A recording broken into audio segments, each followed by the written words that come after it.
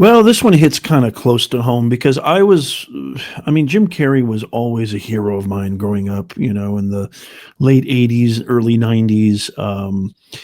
One of the most talented. A guy would just make me laugh. My kids, I mean, we watch The Mask, we watch Ace Ventura. I mean, Ace Ventura is an absolute classic. He came out really, really hard.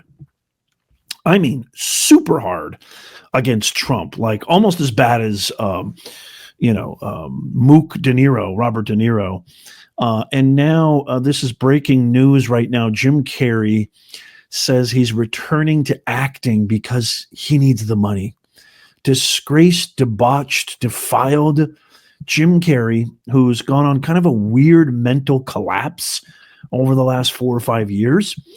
He once said he would only return to acting if, quote, angels bring some sort of script that's written in golden ink.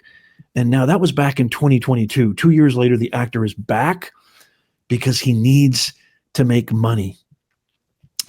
Back in 2022, ahead of the release of Sonic 2, I mean, I don't know. I can't stand. Let me know if you're in the same boat as me. I can't stand these movies that come out now. You want to watch an amazing movie? I watched Jimmy Stewart and John Wayne in The Man Who Shot Liberty Valance. I watched this just a few nights ago in the comfort of my own living room on my TV, and I was just blown away at the storytelling, the emotion, the human condition, the love story, the tragedy. It had everything. It was brilliant. 2 brilliant performances from Jimmy Stewart and John Wayne, and even some of the principal cast. Just amazing. The script was amazing. You'll never see those kind of movies made today, and it makes me so sad. All these Marvel garbage superhero, the ant, the duck, the wolf, it's just ridiculous. It's just on and on. I agree with Martin Scorsese. I think cinema is absolutely dead. Let me know in the comments if you've seen that movie, The Man Who Shot Liberty Valance. And also let me know if you're like me. I don't watch any movie now that is made after 2000. I mean, pretty much I'm 90s and, prior. And I love the classics. I love the old movies. I also watch, what did I also watch the other day? I watched Spartacus again with Kirk Douglas, which was amazing. I watched Jesus of Nazareth with an amazing performance by Robert Powell and a lot of great actors, Ernest Borgnine, a lot of great actors in that movie. I just love the classics. But anyway, back to Jim Carrey.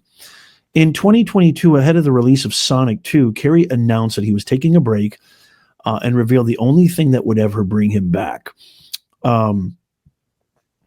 This is what he told Access Hollywood, quote, "Well, I'm retiring. Yeah, probably. I'm fairly serious. It depends." And then they asked him if he'd come back. "If the angels bring some sort of script that's written in golden ink that says to me that it's going to be really important for people to see, I might continue down the road, but I'm taking a break." He continued, quote, "I really like my quiet life.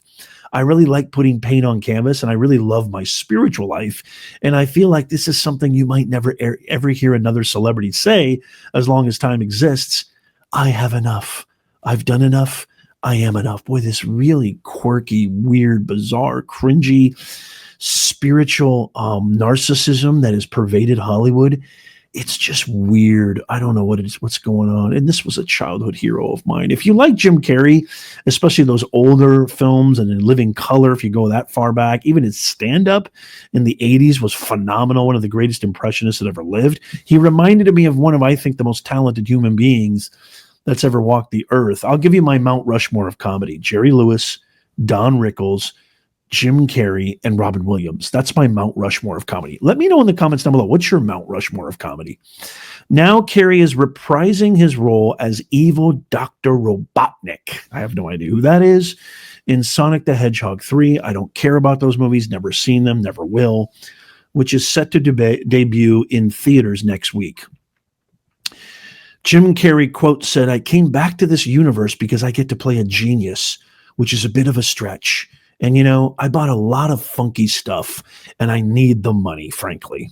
I appreciate his honesty there. During the film's premiere in London, AP Entertainment Associated Press brought up Carrey's previous statement. You said in past interviews, quote, that you'd come back if you got a script written in golden ink, written by angels. And then Carrey replied while laughing, that might have been hyperbole. I came back to this universe, like I said before, because I get to play a genius, which is a bit of a stretch. And, I just need the money. That's essentially what he said. Prior to stepping out of the spotlight and away from the media, Carrey went on a hefty press tour to promote the Sonic film. In March 2022, he criticized the audience at the 94th Academy Awards for rewarding Will Smith with a standing ovation during his acceptance speech for Best Actor after he smacked Chris Rock on the worldwide center stage. He said, I was sickened by the standing ovation, the Liar Liar performer told Gayle King on CBS Morning. King made a point to note that Carrey's appearance was booked well in advance of the incident.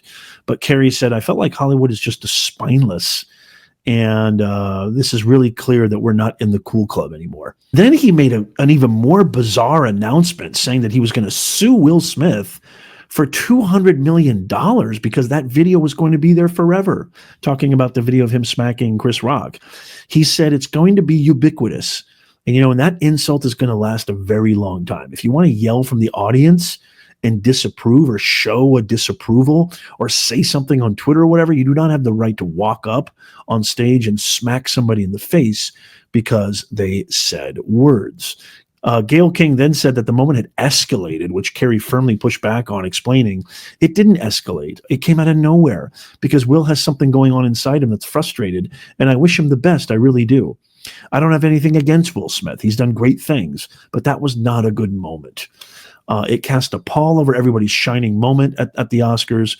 A lot of people worked really hard to get to that place. Anyway, blah, blah, blah, yada, yada, yada. The reason that I'm talking about this is kind of threefold. Number one, Hollywood has come out super, super strong against Trump, and Jim Carrey is one of them. And I like to expose the hypocrisy, right? They say, oh, no, he doesn't care about the country. He's all about money. He's all about this. He's all about himself, self-interest. And then this guy comes out who, again, it pains me to even talk this way about him because he was a huge hero of mine as a child. And then he comes out and says, well, I was kidding. It was just a hyperbole. No, I need the money.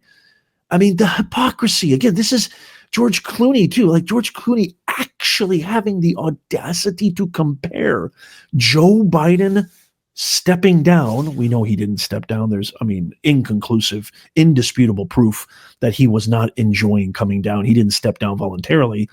But George Clooney actually comparing Joe Biden to George Washington for putting country first.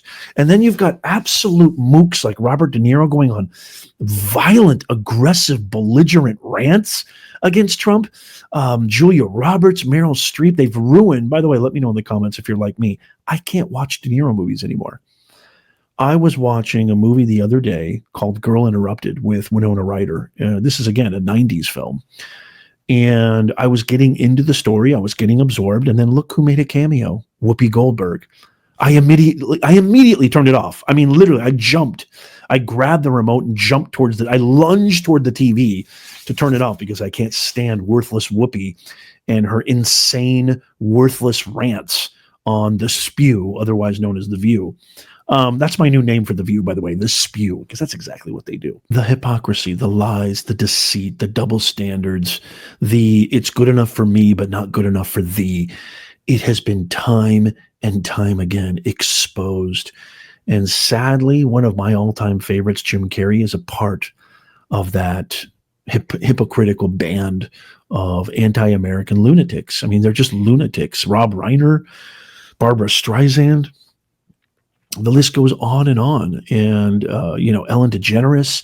Here's Ellen DeGeneres. Ellen DeGeneres actually subscribed to this insane notion of decency being on the ballot. Decency being on the ballot when she was charged with God knows what she's done at the Diddy parties. There's been enough evidence. There's been enough murmurings and rumblings in the Hollyweirdo hallways and byways to confirm she was definitely at the Diddy parties. She had fun at the Diddy parties. She's tweeted about the Diddy parties. And then suddenly, as soon as Diddy gets into custody, she says, I'm leaving the country. Even though she stated it's because of Trump, there's a ton of speculation, which I agree with. It had nothing to do with Trump, just like they always say every single time. If he wins, I'm leaving, and they never do. This had nothing to do with Trump. This had everything to do with what Diddy was going to expose about her and the entire satanic cabal called Hollyweird. And sadly, Jim Carrey is a part of this hypocrisy. And this is the same stuff that I experienced in academia. You know, I don't just call myself professor for kicks and giggles. This is exactly the same thing. It's the exactly same temperament. It's the same soul. It's the no. We're going to act like we're all prissy superior on the high road, and we're doing everything morally upright, and we're going to point fingers at you, and we're going to take great glee in pointing out all of your inequities and all of your transgressions, when meanwhile, with this callous, smug, condescending smile, when meanwhile they're doing everything and 100 times worse behind your back, behind the back of the public, behind the back of the moneymakers, the people who pay their salaries, and behind the back of the customers, aka students. It's the same exact parallel. It just, goes to show that when you're fighting for something that you believe in, when you know and you actually exercise critical thinking and you see through all the lies, they're going to do everything in their power to correct it. To quote the great line from the movie that I mentioned earlier, The Man Who Shot Liberty Valance, when the legend becomes fact, print the legend. I'd love to get your thoughts on this. Let me know in the comments down below what your thoughts are on all this stuff and how you feel about Hollywood, and I call it Hollyweird now. I would love to hear your thoughts on all this stuff. Don't forget to sign up for our free newsletter. That's in the pinned comment down below. Also, check out our 100% original, made in the USA, brand newly designed merch. I mean, look at that. The American people have spoken. I absolutely love this hat. Make sure you check it out. We got ornaments, we got hats, hoodies, mugs. We got the whole 9 yards. Make sure you go check that in the pinned comment, show notes, and description, or you can just go to professornez.com/merch. Thank you so much. I really, really appreciate you. If you love America, tap the thumbs up right now. Check out these videos coming up on the screen right here. If you haven't seen them yet, tap my face right there to subscribe and follow. And as always, may God bless you, and may God bless the United States. I'll see you soon.